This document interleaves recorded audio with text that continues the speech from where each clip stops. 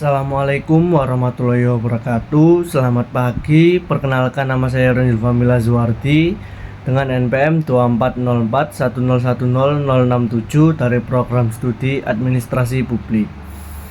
Pada video ini saya akan mempresentasikan hasil analisis untuk memenuhi evaluasi akhir semester mata kuliah birokrasi dan governansi digital. Nah, untuk analisis studi kasus saya berjudul implementasi co-production dalam pengelolaan sampah berbasis masyarakat pada Bank Sampah Rukmi Gunung Anyar, Tambak, Kota Surabaya. Studi kasus ini saya pilih karena menunjukkan adanya keterlibatan antara pemerintah dan masyarakat dalam menyelesaikan permasalahan publik, yaitu mengenai pengelolaan sampah. Selain itu, kasus ini juga relevan dengan pembahasan mata kuliah birokrasi dan governansi publik karena menggambarkan bagaimana pelayanan publik dapat berjalan lebih efektif melalui kerjasama berbagai pihak. Nah, dalam latar belakang sendiri, permasalahan sampah masih menjadi salah satu tantangan besar yang dihadapi oleh berbagai kota di Indonesia, salah satunya kota Surabaya. Pertumbuhan jumlah penduduk dan meningkatnya aktivitas masyarakat menyebabkan volume sampah terus bertambah dari waktu ke waktu. Jika tidak dikelola dengan baik, sampah dapat menimbulkan berbagai dampak negatif seperti pencemaran lingkungan, gangguan kesehatan, hingga menurunnya kualitas hidup masyarakat. Dalam menghadapi persoalan tersebut, pemerintah tentu tidak dapat bekerja sendiri. Pemerintah memiliki keterbatasan baik dari segi sumber daya manusia, anggaran, maupun dari segi kapasitas pelayanan. Oleh karena itu, diperlukannya keterlibatan masyarakat dalam mendukung pengelolaan sampah. Salah satu bentuk keterlibatan masyarakat yaitu melalui keberadaan Bank Sampah Rukmi yang berada di wilayah Gunung Anyar, Tambak, Surabaya. Program ini menjadi contoh bagaimana masyarakat dapat ikut berperan dalam mengatasi masalah lingkungan, salah satunya melalui kegiatan pengelolaan sampah yang terorganisir. Karena dengan adanya kolaborasi antara pemerintah dan masyarakat, kasus ini menjadi menarik untuk dianalisis menggunakan pendekatan co-production dalam pelayanan publik. Kemudian, dalam menganalisis kasus ini, saya menggunakan teori co-production yang dikemukakan oleh Elinor Ostrom. Menurut Ostrom, pelayanan publik tidak hanya dihasilkan oleh pemerintah, namun juga dapat melibatkan partisipasi aktif dari masyarakat. Dalam konsep ini, masyarakat tidak hanya berperan sebagai penerima layanan, melainkan juga sebagai pihak yang ikut menghasilkan dan mendukung keberhasilan layanan tersebut. Terdapat beberapa karakteristik utama dalam teori atau konsep co-production, yakni yang pertama, adanya partisipasi aktif masyarakat dalam kegiatan pelayanan publik. Kedua, adanya kerjasama antara pemerintah dan masyarakat. Ketiga, adanya pembagian tanggung jawab dalam pelaksanaan program. Dan yang terakhir adalah terciptanya nilai publik atau public value yang dapat memberikan manfaat bagi masyarakat dalam skala luas. Melalui teori ini, kita dapat melihat apakah pengelolaan sampah yang dilakukan oleh Bank Sampah Rukmi telah mencerminkan prinsip-prinsip co-production dalam pelayanan publik. Namun sebelum itu, saya akan menjelaskan mengenai profil dari Bank Sampah Rukmi itu sendiri. Bank Sampah Rukmi merupakan bank sampah berbasis masyarakat yang berlokasi di RT 2 RW 8 Gunung Anyar, Tambak, Surabaya. Bank sampah ini diresmikan pada tanggal 9 September 2017 sebagai salah satu upaya untuk mengurangi permasalahan sampah sekaligus meningkatkan kesadaran lingkungan masyarakat. Kegiatan yang dilakukan oleh Bank Sampah Rukmi cukup beragam. Tidak hanya mengumpulkan sampah, tetapi juga melakukan pemilihan sampah, penimbangan dan penyetoran sampah, pengolahan kompos, pembuatan ekoenzim, serta pemanfaatan minyak jelantah menjadi produk yang memiliki nilai guna. Melalui berbagai kegiatan tersebut, Bank Sampah Rukmi tidak hanya berfungsi sebagai tempat pengelolaan sampah, tetapi juga sebagai sarana edukasi dan pemberdayaan masyarakat dalam menjaga lingkungan. Nah, kemudian saya juga akan menjelaskan mengenai apa saja atau siapa saja aktor yang terlibat dalam proses pengelolaan bank sampah, khususnya bank sampah Rukmi yang ada di Gunung Anyar, Tambak, Surabaya ini. Dalam pelaksanaan program bank sampah Rukmi terdapat beberapa aktor yang terlibat. Yang pertama adalah pemerintah Kota Surabaya yang memiliki peran dalam menyusun kebijakan terkait pengelolaan sampah. Yang kedua, Dinas Lingkungan Hidup Kota Surabaya yang memberikan pembinaan dan pendampingan kepada pengelola bank sampah. Yang ketiga adalah Bank Sampah Induk Surabaya sendiri yang memiliki peran untuk menampung hasil dari pengelolaan sampah dari bank sampah tingkat masyarakat.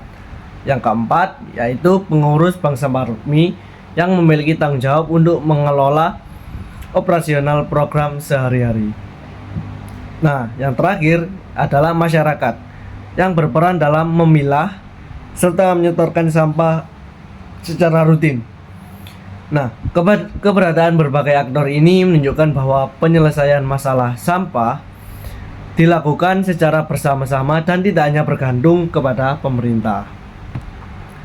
Kemudian saya juga akan menjelaskan mengenai bentuk dari co-production dalam pengelolaan bank sampah ini. Bentuk co-production dalam bank sampah Rukmi dapat dilihat dari adanya pembagian peran antara pemerintah dan masyarakat. Pemerintah berperan sebagai fasilitator dengan merumuskan kebijakan, kemudian menyediakan pembinaan dan berbagai bentuk dukungan terhadap program bank sampah itu sendiri. Sementara itu, masyarakat berperan secara langsung dalam kegiatan pengelolaan sampah, mulai dari memilah sampah di rumah, mengumpulkan, hingga menyetorkannya ke bank sampah. Melalui pembagian peran tersebut, layanan pengelolaan sampah tidak hanya dihasilkan oleh pemerintah saja, tetapi juga oleh masyarakat yang ikut terlibat dalam pelaksanaannya. Nah, hal ini menunjukkan bahwa prinsip co-production telah diterapkan karena terdapat kerjasama yang nyata antara pemerintah dan masyarakat dalam menghasilkan pelayanan publik. Kemudian untuk berikutnya yakni jika dianalisis menggunakan teori co-production, partisipasi masyarakat merupakan unsur yang paling penting dalam keberhasilan program bank sampah Rukmi. Masyarakat tidak hanya menerima manfaat dari program ini, tetapi juga menjadi pelaku utama dalam pengelolaan sampah. Warga secara aktif melakukan pemilihan sampah dari rumah masing-masing dan menyetorkannya secara rutin ke bank sampah. Keterlibatan ini menunjukkan bahwa masyarakat memiliki kontribusi nyata atau partisipasi nyata dalam penyediaan layanan publik, khususnya di bidang pengelolaan sampah. Menurut saya, keberhasilan program ini sangat dipengaruhi oleh kesadaran dan partisipasi masyarakat. Semakin tinggi partisipasi masyarakat, maka semakin besar pula dampak positif yang dapat dihasilkan oleh program bank sampah. Oleh karena itu, masyarakat dalam study case ini khususnya dapat disebut sebagai co-producer, yaitu pihak yang ikut menghasilkan pelayanan publik bersama pemerintah. Kemudian analisis shared responsibility atau analisis pembagian tanggung jawab. Dalam bank sampah Rukmi, seperti yang sudah saya jelaskan, terdapat pembagian tanggung jawab yang cukup jelas antara pemerintah dan masyarakat. Pemerintah memiliki tanggung jawab dalam merumuskan atau merencanakan kebijakan yang akan dilaksanakan nantinya, serta menyediakan pembinaan, kemudian juga dukungan terhadap program yang sudah disetujui atau disepakati untuk dijalankan. Sedangkan masyarakat bertanggung jawab dalam pelaksanaan kegiatan pengelolaan sampah sehari-hari. Pembagian tanggung jawab ini menunjukkan bahwa penyelesaian masalah sampah tidak dibebankan hanya kepada satu pihak saja, yaitu pemerintah, namun juga terdapat pihak-pihak lain yang ikut andil dalam keberhasilan program ini. Menurut saya, kondisi ini mencerminkan prinsip governansi publik yang menekankan kerjasama antar berbagai aktor untuk menyelesaikan masalah publik.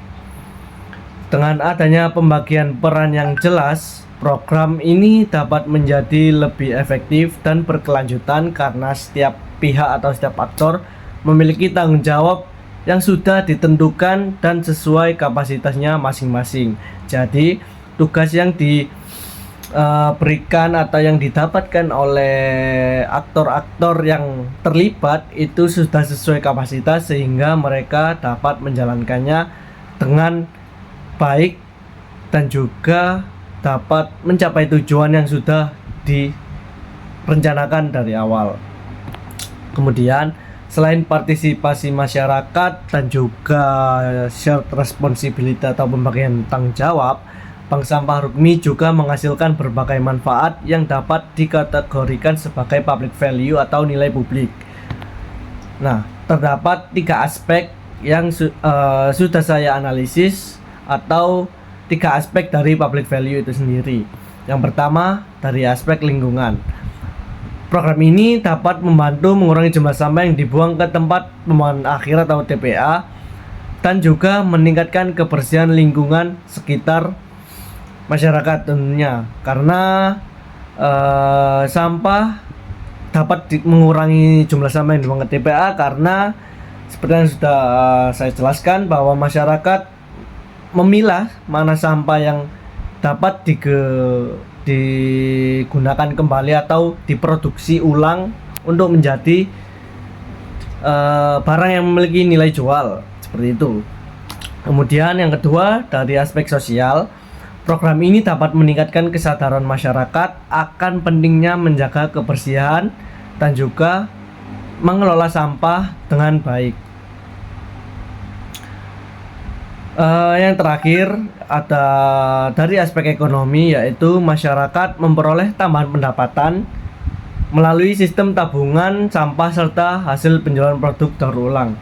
Nah, seperti yang saya jelaskan dari aspek lingkungan tadi, masyarakat dapat mengurangi jumlah sampah yang dibuang ke TPA karena masyarakat memilah adakah atau sekiranya terdapat sampah yang dapat didaur ulang untuk menjadi nilai jual. Dan dari aspek ekonomi sendiri sudah saya jelaskan juga bahwa dengan mereka mendaur ulang sampah yang dapat didaur ulang itu dapat memiliki nilai jual sehingga dapat dijual, dan juga masyarakat yang menjual ini dapat mendapatkan pendapatan sehingga yaitu tadi masyarakat memperoleh tambahan pendapatan dari penjualan produk daur ulang. Menurut saya manfaat yang dihasilkan tidak hanya dirasakan oleh peserta program tapi juga oleh masyarakat secara luas. Oleh karena itu, Bank Sampah Rukmi dapat dikatakan berhasil menciptakan nilai publik yang sesuai dengan tujuan pelayanan publik. Nah, kemudian dari program bank sampah ini tentu juga memiliki hambatan. Meskipun program ini berjalan dengan baik, masih terdapat beberapa hambatan dalam pelaksanaannya. Hambatan yang pertama adalah keterbatasan sarana dan prasarana yang dimiliki oleh bank sampah itu sendiri. Yang kedua, tingkat kesadaran masyarakat yang belum merata karena masih ada sebagian warga yang belum aktif berpartisipasi dalam kegiatan pengelolaan sampah.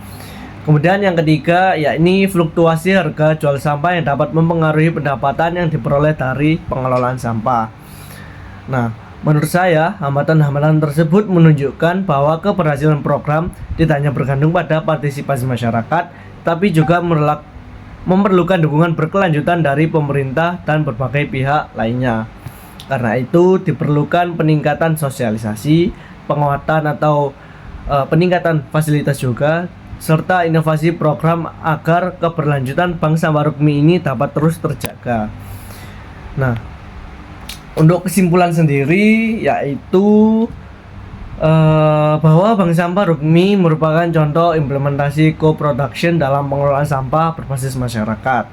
Program ini menunjukkan adanya partisipasi aktif masyarakat, pembagian tanggung jawab antara pemerintah dan masyarakat, serta terciptanya nilai publik berupa dari aspek lingkungan, sosial, dan juga ekonomi. Keberhasilan program ini membuktikan bahwa masyarakat memiliki peran penting dalam penyelenggaraan pelayanan publik dan tidak hanya berfungsi sebagai penerima layanan. Dalam perspektif birokrasi dan governansi publik, kasus Bank Sampah Rukmi menunjukkan bahwa penyelesaian masalah publik akan lebih efektif apabila dilakukan melalui kerjasama antara pemerintah dan masyarakat.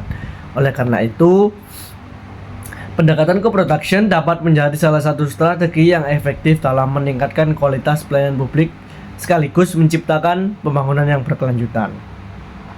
Nah, kemudian ini untuk referensi yang saya gunakan, terdapat 4 referensi sebagai berikut.